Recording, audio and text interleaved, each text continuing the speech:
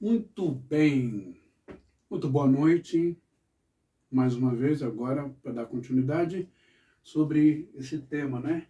Os eunucos e a homossexualidade. Será que tem algum paralelo, alguma associação nisso? O que você acha? Só vou pedir licença um minutinho para me ver aqui, para ver se está online mesmo, aqui no meu notebook. Vamos ver. Acho que agora não apareceu. Vamos ver ainda. Vamos ver se isso aqui já foi. Ah, isso aqui já foi. Eu quero ver o de agora. Opa, vamos ver se vai dar certo aqui. Se está aparecendo ou não está aparecendo online. Né? Só dar uma olhadinha aqui. Opa, não.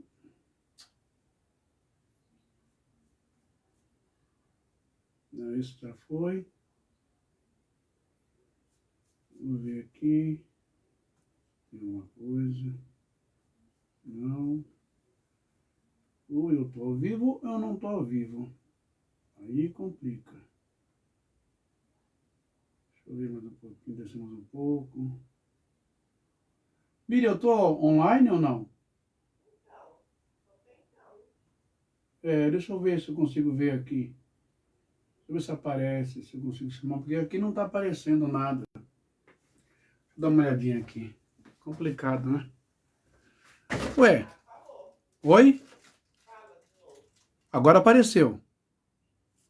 Você está aqui como assistindo? Ué, você apareceu aqui.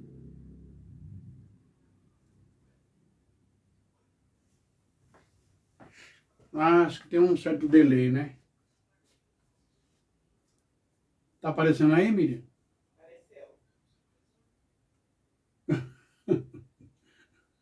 Ok, então. Bom, deixa eu começar a live, então. Bom, muito boa noite a todos. Então, a gente vai dar seguimento da chamada que eu fiz há poucos instantes atrás, há uma hora atrás, não é? Sobre os eunucos e a homossexualidade. Por quê? O que isso tem a ver? Por que falar sobre isso? Não é? Porque a gente precisa desfazer aí algumas intenções maldosas, não é? Não se pode pegar todo mundo e colocar num pacote só. Espero que você entenda isso. E quando se fala de eunucos, no contexto bíblico, né, e aplicando para seres humanos, pessoas que se identificam em querer servir a Deus, em querer ter um ministério, mas não aquele ministério de tradição, ter uma esposa e ter filhos. Existem pessoas que preferem viver uma vida de abstinência sexual. Existem pessoas que não querem ter mulher, não querem ter homem, não querem ter companheiro, esposa, esposo, mulher, marido, não querem ter filhos. E essas pessoas são muito conhecidas no mundo religioso. A saber, os padres, não é? As freiras. E no mundo evangélico, né? Até onde eu conheço, assim, a igreja das primícias, né? Os mensageiros, os iniciantes, seminaristas e mensageiros e missionários desta instituição, que tem o ministério do celibato, né? E as mulheres, as também iniciantes, seminaristas e reverendas. Tanto na igreja evangélica como na igreja católica, a gente sabe que sempre existe um certo tipo de receio para quem não compreende, para quem não entende esse chamado, essa vocação espiritual. Por exemplo, o apóstolo Paulo, deixa eu ver aqui se eu acho, 1 Coríntios, ver aqui, acho aqui é 1 Coríntios, capítulo 2, né? Amanhã eu falo aqui. Opa, tem alguém aí? Isso mesmo. 1 Coríntios, deixa eu só dar uma olhadinha aqui. Aqui não tem ninguém. Ah, o negócio está atacando aqui a renite, né? Não é ninguém, não. É. 1 Coríntios, capítulo 2, o apóstolo Paulo, ele vai dar uma dica para nós em relação à vida daquele que é espiritual. Presta bem atenção nisso. Você é cristão? Você é católico? Você é evangélico? Você acredita nas Escrituras como um livro inspirado por Deus e que os apóstolos escreveram inspirados por Deus? Haja vista que algumas coisas é de opinião própria, tanto de Paulo quanto de Pedro, bem como também na Taná, algumas coisas são de inspiração humana e não direta de Deus. Mas vamos lá. O apóstolo Paulo, ele vai dizer assim, que em 1 Coríntios 2, ele vai dizer assim, não é?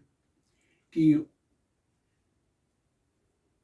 quanto a nós, não recebemos o Espírito do mundo, mas o Espírito que vem de Deus, a fim de que conheçamos os dons da graça de Deus. Desses dons, não falamos segundo a linguagem ensinada pela sabedoria humana, mas segundo aquela que o Espírito Santo, o Kodesh, ensina, exprimindo realidades espirituais em termos espirituais. O homem espiritual, aqui está na Bíblia de Jerusalém, o homem é psíquico, não é? A psique, a pneuma, do grego. O homem espiritual não aceita o que vem do espírito. Perdão, o psíquico. Aqui é a parte humana, a mente humana, é a pneuma humana, não é a parte nefesh da espiritualidade, ok? São as sanções, os desejos, as visões, os raciocínios, os pensamentos, os raciocínios humanos, limitantes, ok? Que só pensa, cogita, deseja, vê, entende as coisas desse planeta aqui, do mundo, da vida humana, dos sentimentos, né? Das relações, dos prazeres, tal, o dinheiro, o carro, sexo, enfim, comida, tal, riqueza, ok? Então, assim, ele está dizendo que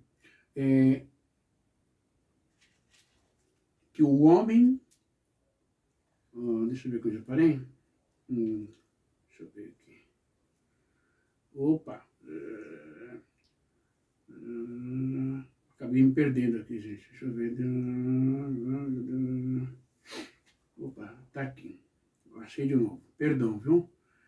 Mas ele vai dizer assim, que o homem do espírito, porque as coisas, e para o homem natural, as coisas do espírito lhe parecem loucuras, ok? O homem natural, o homem psíquico, não aceita o que vem do Espírito de Deus. É loucura para ele. Não pode compreender, pois isso deve ser julgado espiritualmente. O homem espiritual, ao contrário, julga, entende, compreende, não é? A respeito de tudo e por ninguém é julgado. Ok?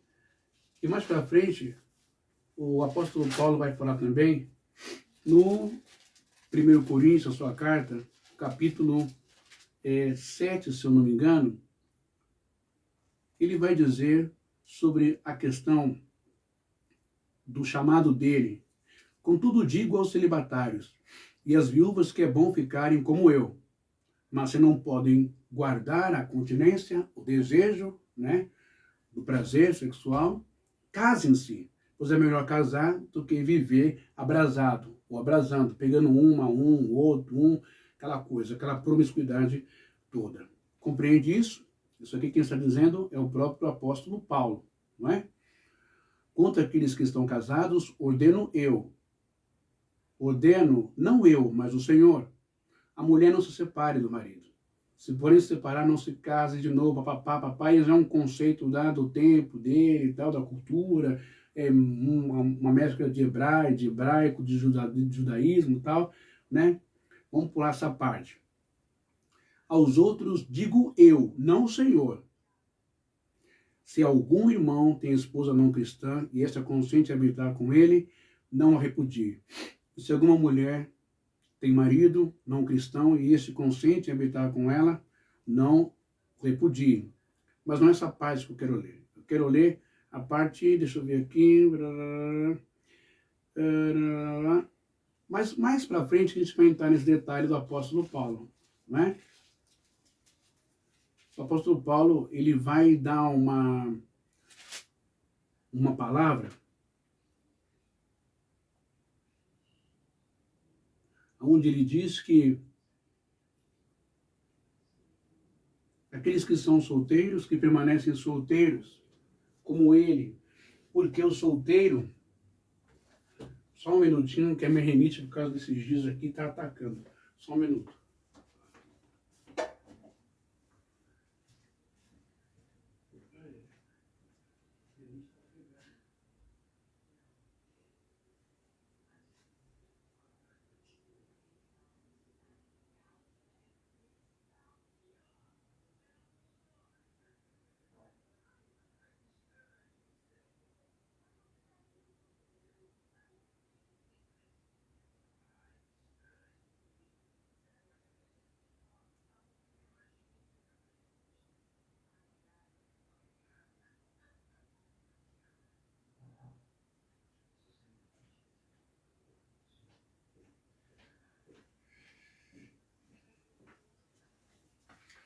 Pronto. Acho que vou parar com os dias aqui, porque os dias faz mal. Ele está atacando. Mas enfim. Vamos dar continuidade aí à nossa live, não é? Então, presta bem atenção. Aí. Quero que vocês prestem bem atenção. Deixa eu ver aqui.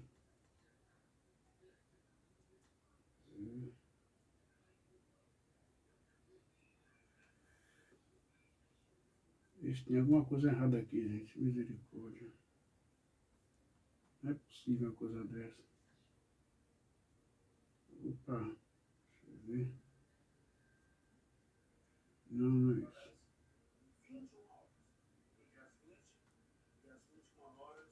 Deixa eu ver aqui. Só para me achar aqui, já eu começo já.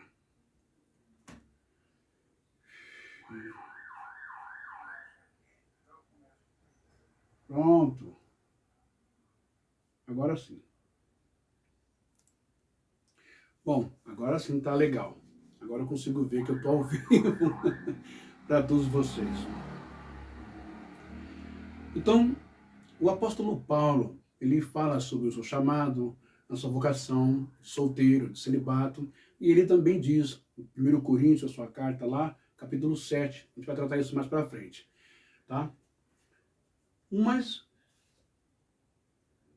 o que a gente vai tratar hoje, nessa noite? Justamente sobre isso, a parte celibatária.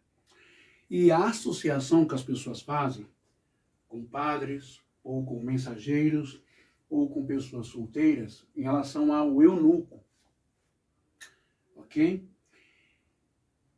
E a maldade que existe de alguns exegetas, hermeneutas, em associar a pessoa celibatária, o padre, ou o mensageiro, ou a vida de primícia, a vida de servir a Deus, sem ter mulher, sem ter relações sexuais, sem ter filhos, sem ter um casamento, com a homossexualidade.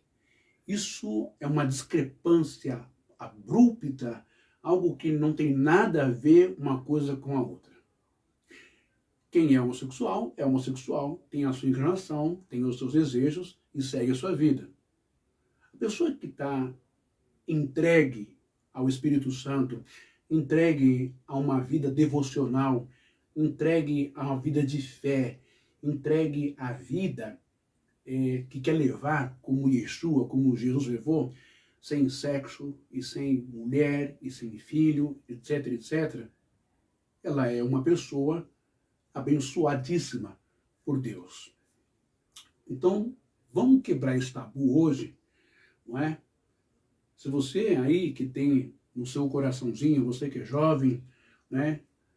O jovem e a jovem, o adolescente, você até adulto, e você tem esse desejo de servir a Deus como o apóstolo Paulo, de servir a Deus como alguns discípulos, de servir a Deus como Jesus, na condição de celibatário, não tenha medo, não tenha frustração, não tenha receio e não deixe que as vozes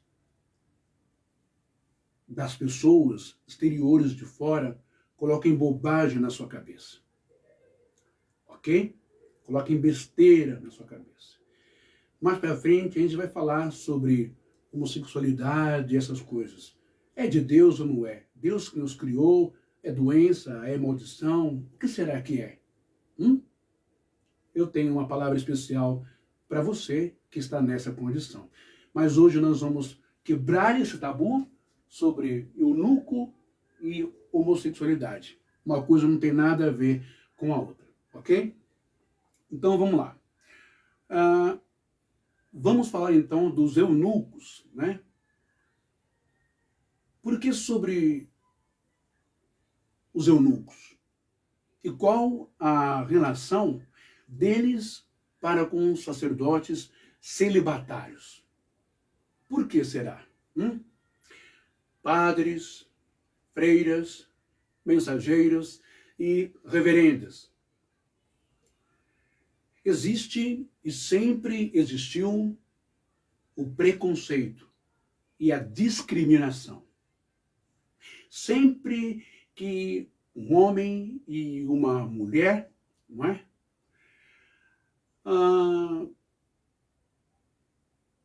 Querem, não é? Eles optam por serem o quê? Celibatários. Ter uma vida casta. Abstinência do sexo, abstinência do casamento. Ter uma vida casta, não é? Celibatária. Ou fazer parte de um ministério que preza pela castidade como forma de sacerdócio, de devoção ao Espírito Santo, às Escrituras e a Deus. Todos esses jovens, na sua grande maioria e pessoas, eles foram vistos com outros olhos. Um olhar, hoje entendemos pelo termo atual, homofóbico, não é? Ou seja, não quer namorar, não quer casar, não quer ter filhos, então é gay, é homossexual. Vamos entender, então, o porquê desse raciocínio tão agressivo. E durante essa transmissão, em nenhum momento o termo ou vocábulo gay ou homossexual entra no contexto pejorativo de algo ruim, algo mundano, algo sujo, algo abominável. Tá bom assim? São termos que identificam um grupo, uma classe de pessoas, de seres humanos, criados por Deus em suas condições. Ok? Então, vamos entender o porquê desse raciocínio tão preconceituoso, tão doentio e tão agressivo, não é? Ao longo da história. Falamos hoje sobre o termo, o vocábulo, eunuco, ok? É isso que nós vamos falar hoje. Muito bem. por que falamos hoje sobre os eunucos celibatários? Porque Yeshua, Hamashia Menetzeré, porque o Mestre, porque Jesus falou sobre esse termo, ele citou pessoas nessas condições. Jesus destacou esse termo em 3 tipos de pessoas. E é por isso que eu escrevi aqui na lousa, não é? Em grego, o Evangelho de Mateus, capítulo 19, e versículo 11. Eu coloquei aqui apenas o versículo 11, tá? Mas vamos então entender o que é que está escrito aqui. Deixa eu só arrumar aqui um pouquinho, gente, que eu tô aqui, acho que aqui assim tá bom? Não. Opa, deixa eu só ver aqui uma coisinha, para a gente já começar. Pronto. Aqui.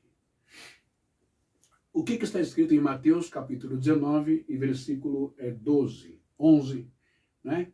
Lá está escrito exatamente assim, e eu quero que você acompanhe essa leitura, extremamente importante, tá bom? Aqui, ó, Mateus 19, 11, né? Rodempen autois ou pantes corosin, ton logon ton al rois de dotai. Esse é o versículo 12, ó. Tudo isso aqui é o versículo 12. Rodempen autois ou pantes corosin, ton logon ton al rois de dotai. O que quer dizer isso aqui que eu li para você em grego? Está escrito, Jesus está dizendo exatamente assim. Porque há eunucos de nascença. O que são os eunucos de nascença? São aquelas pessoas que já nasceram sem a virilidade, sem a potência. Isso tanto mais para o homem, não é? São aquelas pessoas que não conseguem fazer filho, gerar filhos, ok? São aquelas pessoas também que não têm libido, que não têm ereção. Você entendeu, não é? E também aquelas pessoas assexuadas, que não sentem o chamado tesão, atração sexual. Há outro tipo de eunuco, segunda classe. Há outros a quem os homens fizeram tais. Essa segunda classe é a classe mais perversa que já foi realizada e exercida no mundo em que nós estamos vivendo.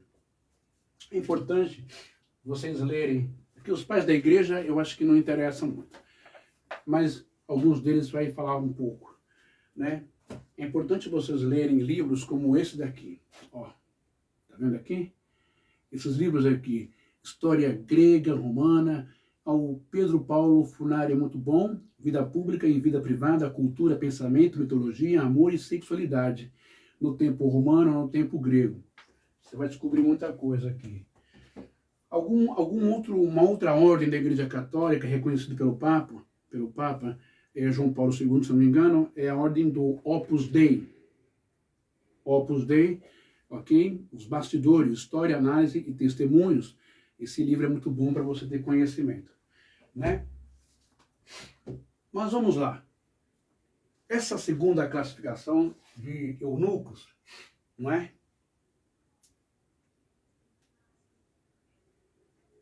São aqueles jovens, aqueles rapazes que foram castrados pelos homens, castrados mesmo, foram capados, mutilados, cortados, para alguns propósitos. Uns eram para cuidar dos aposentos, da alcova da rainha e da princesa, da filha de um soberano, de um imperador, de um rei, não é? outros era para cuidar de um harém de mulheres virgens, de mulheres para o deleite, o prazer sexual de um rei, também de um imperador, e assim por diante, e das suas filhas virgens, porque o rapaz, ele era mutilado, ele não tinha o seu órgão genital e não tinha a bolsa escrotal. Ele não tinha o pênis e não tinha também a bolsa escrotal. Então, assim, ele não poderia tentar alguma coisa, tirar a virgindade da filha, ou abusar da esposa, ou pegar as concubinas do rei para ter relações sexuais, não é? Essa é a segunda parte dos eunucos, tá bom? E também existem aqueles que, como na Suméria, né? Entre os suméricos, entre também os assírios, entre também os egípcios e também os babilônicos, etc. O cargo... O que foi, Miriam? Tá chamando eu? Espera um pouquinho. Gente, vocês dão um tempinho que eu vou sair aqui fora, que tem uma pessoa aqui me chamando. Eu vou encerrar a live e eu já volto, tá bom? Só um minutinho.